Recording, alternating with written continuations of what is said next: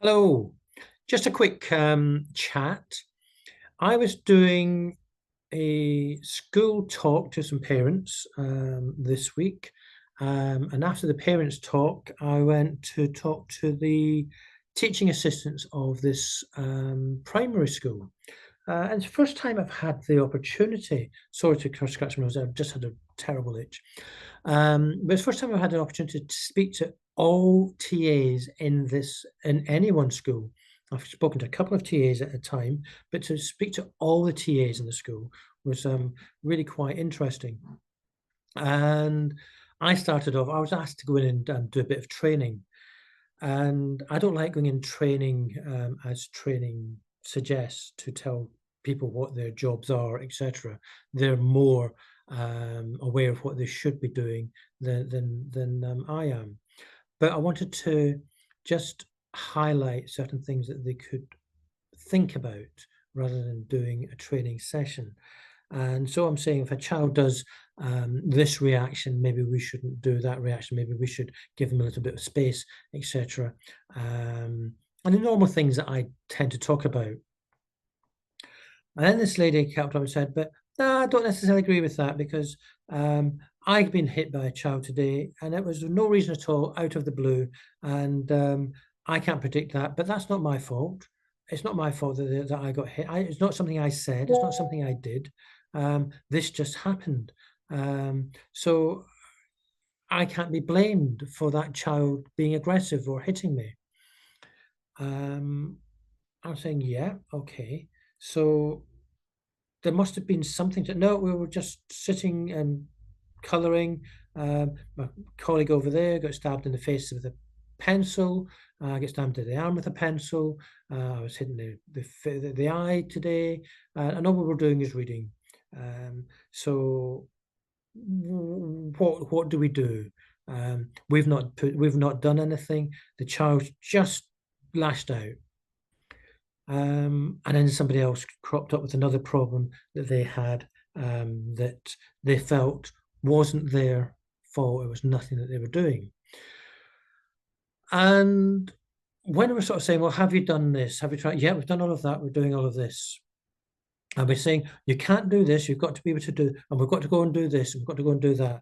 And we're talking all over this. And it's quite evident when they're talking and coming through that this child is screaming. The two different childs here now, but for the couple over in the far corner that we were talking to, I think it's really quite evident this child is screaming, screaming, screaming for attention for one reason or another. They just want your attention, no one else's attention, and they need, for me, a one-to-one. Yeah, that's what they've got. A one-to-one all day, every day, and they're still needing this. They won't do things that's suggested to them. It's got to be on their terms. Um, and they're at a complete loss.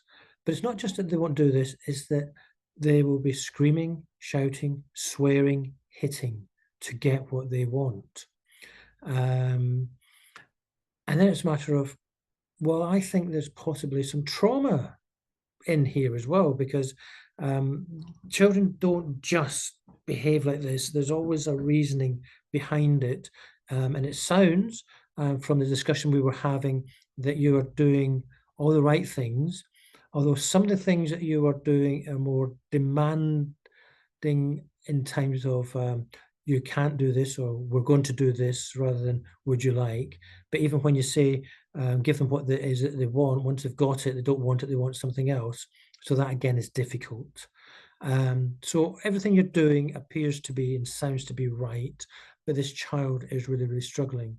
And the help that you are providing in that may not be sufficient, and we need specialists. And apparently there are being specialists involved and everything else like that, but something still isn't right.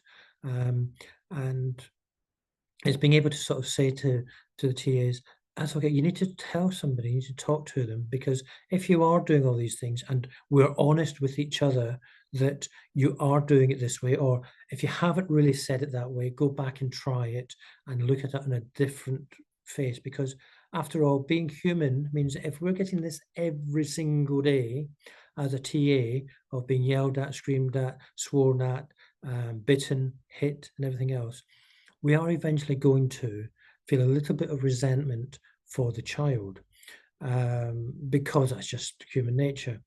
But I'm assured that these TAs every day starts the day anew, but the same treatment is thrown out. So on that basis, it's a matter of I can't blame a TA, I can't blame the school for why this child is reacting. They're doing everything that they feel that they can. The parents are at a loss themselves, although I think there's a little bit of misunderstanding of what they should or could be doing and need to do. And there's a little bit of training that may need to be put on there to understand some of the behaviours and how to deal with the behaviours. Um, so we do need to look at, as I had to change what I was doing because I was creating my son's behaviors for what I thought was the right way, but was wrong, and I needed to be retrained, and found a way around that. So we do need to look at both sides. And then I said to the lady who sort of disagreed with me and said it wasn't my fault, I was saying, no, the reason you got hit was probably nothing at all to do with what you were doing at the time. And as you say, you were just sat there reading, and all of a sudden you get hit out of the blue. I said, but I used to say my son would get angry at the flick of a finger, just like that. It would come out, and he'd be aggressive. And there was no triggers whatsoever. And as I'm sure you're aware, I'm a firm believer is there is always a trigger. The problem is the trigger may have happened an hour ago, but processing time has just been, oh, I'm in a quiet time, we're reading, we're doing this, I'm not stressful. But in my head, I'm rethinking something that happened an hour ago, and bang, it's now hit me. I'm really angry, and you're the nearest person to me. I don't see who you are, you're just getting it. And it's nobody's fault. And it's that point we have to be detectives to sort of say, oh my goodness, what's happened in this last hour? What's happened in this last 2 hours? And has this happened previously?